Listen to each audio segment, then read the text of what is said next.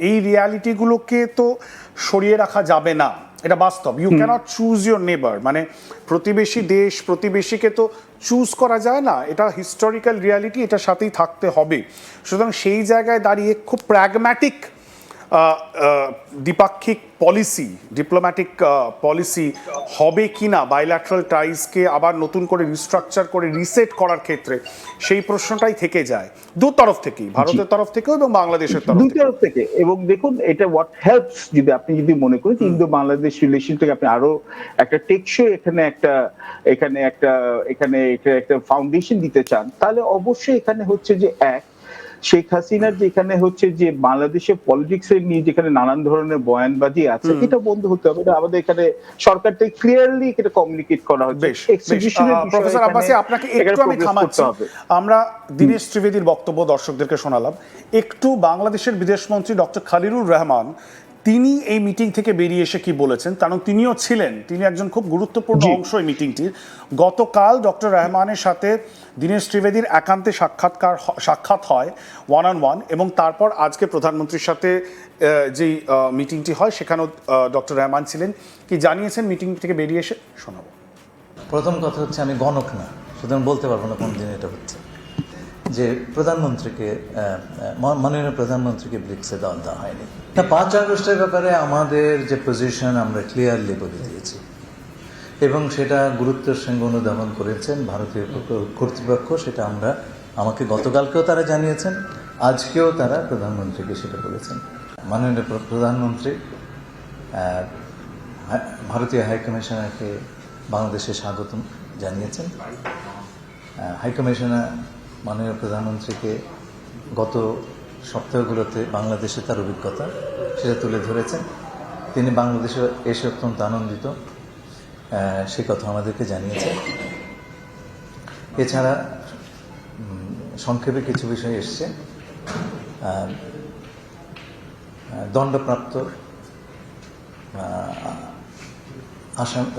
দণ্ডপ্রাপ্ত শেখ হাসিনার বাংলাদেশে প্রত্যর্পণ করার বিষয়টি উঠে এসছে, এবং আমরা তাদেরকে বলেছি এই প্রত্যর্পণ প্রসেস ত্বরান্বিত করার জন্য।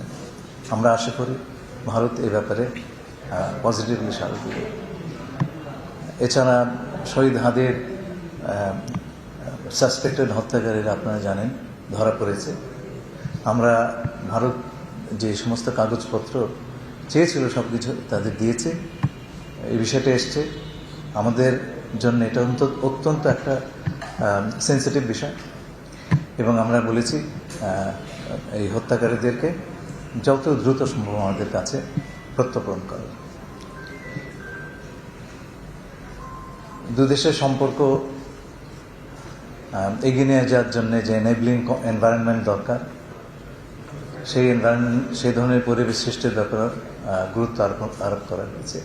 মোটা থেকে এগুলো খুব সংক্ষেপে আমরা বলেছি। এগুলো তো প্রধানমন্ত্রীর পর্যায়ে আলোচনার নয়, এগুলো আমি গতকালকে তার সঙ্গে আলাপ করেছি।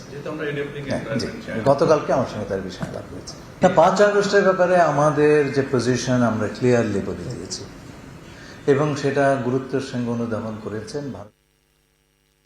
শুনলেন আপনারা। আমি সরাসরি আরেকবার ঢাকায় চলে যাই। প্রফেসর আব্বাসী, এই যে বক্তব্য, এবং যখন বাংলাদেশের বিদেশমন্ত্রী ব্রিফ করছেন, তখনও একেবারে শুরুতেই ভারত বাংলাদেশের মধ্যে সুসম্পর্কের কথা তো হচ্ছেই, সবাই চাইছেন, সবাই সেই কথাটা বলছেন বটে, কিন্তু সবার আগেই শেখ হাসিনার ইস্যু আসছে, তার সঙ্গে সঙ্গে হাদি হত্যাকাণ্ডের ইস্যুটাও চলে আসছে। কোথাও গিয়ে এই ইস্যুগুলো কিন্তু একেবারে যেটাকে বলা যায় to address the elephant in the room. আমার প্রশ্ন আবারও, এই ইস্যুগুলি কি অন্তরায় থাকবে দুটো দেশের সম্পর্কের মধ্যে? এই ইস্যুগুলিকে সরিয়ে রেখে কি এগোনো সম্ভব, নাকি বাংলাদেশ মনে করে যে এই ইস্যুগুলি যতক্ষণ না অ্যাড্রেস করা হচ্ছে ততক্ষণ বাকি সম্পর্ককে এগিয়ে নিয়ে যাওয়া সম্ভব নয়? দেখুন, এটা হচ্ছে, আমি আপনাকে আবারও বলছি যে এটা হচ্ছে it's indicative of trust deficit. এতকাল ধরে এখানে আপনি যদি আওয়ামী লীগ বাদে অন্যান্য দল যদি করা হয়, এটা এখনো এখানে একটা পারসেপশন আছে দিল্লি থেকে হচ্ছে যে ফেভারিট পার্টনার হচ্ছে আওয়ামী লীগ। সো মানে এখন এটা সত্য না মিথ্যা, এটা হচ্ছে যে দুই দেশের মধ্যে এখানে ওয়ার্কআউট করে এটা বুঝতে হবে, এখানে ওই দুটো ভিন্ন সরকারের মধ্যে এখানে কাজ করতে হবে।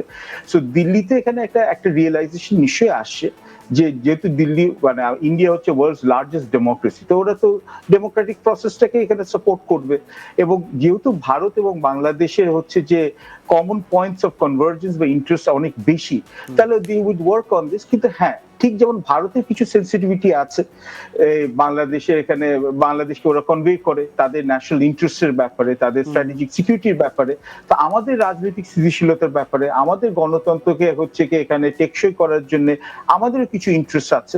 এবং অফকোর্স এখানে হচ্ছে শেখ হাসিনার ব্যাপারে হচ্ছে যে বিএনপি গভর্নমেন্ট এটাকে উঠাবে, কারণ এটা হচ্ছে সাধারণ মানুষের প্রত্যাশা একটা ডেমোক্রেটিক্যালি ইলেক্টেড গভর্নমেন্টের কাছ থেকে। এখন এটা হচ্ছে যে it also lies হচ্ছে on দিল্লি, হচ্ছে যে এখানে যে the words are encouraging but a series of এখানে confidence building measures হবে। অবশ্যই তার সাথে সাথে আমাদের আরো অন্যান্য কাজ আছে।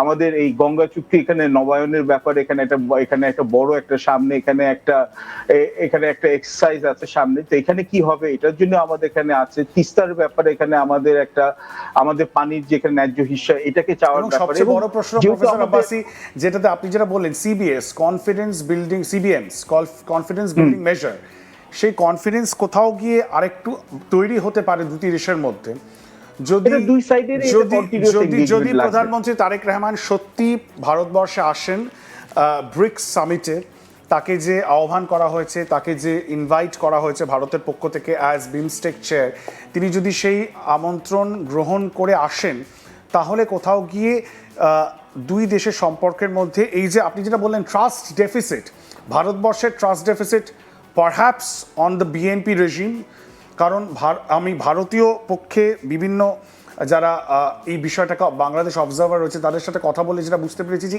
এর আগে যখন বিএনপি ক্ষমতায় ছিল তখন ভারত সরকারের দল যে দলই থাক না কেন, সেটা ভারতবর্ষ হোক বা বাংলাদেশ, সরকারের পলিসি তো একই রকমভাবে এগোতে থাকে। কোথাও গিয়ে ভারতের কিছু কনসার্নস ছিল এবং সেই কনসার্নগুলোকে BNP regime last time Khaleda Zia যখন প্রধানমন্ত্রী ছিলেন সেটাকে অ্যাড্রেস করেননি, তাই সেখানে একটা ট্রাস্ট ডেফিসিট রয়েছে।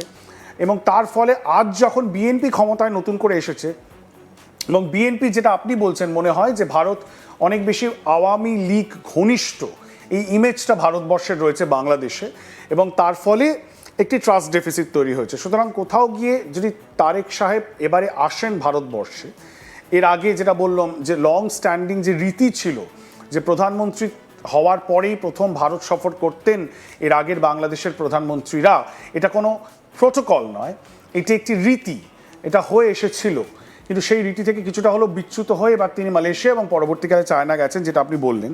সুতরাং এবারে যদি তিনি ভারতবর্ষে আসেন হয়তো একটা অন্য মেসেজ আসবে এবং কনফিডেন্স বিল্ডিং মেজার হিসাবে সেটা দেখা হতে পারে। প্রশ্ন সেটাই, একেবারে সময় সংক্ষিপ্ত শেষ প্রশ্ন, আপনার কাছে কি খবর রয়েছে, আপনি ঢাকায় থেকে কি জানতে পারলেন?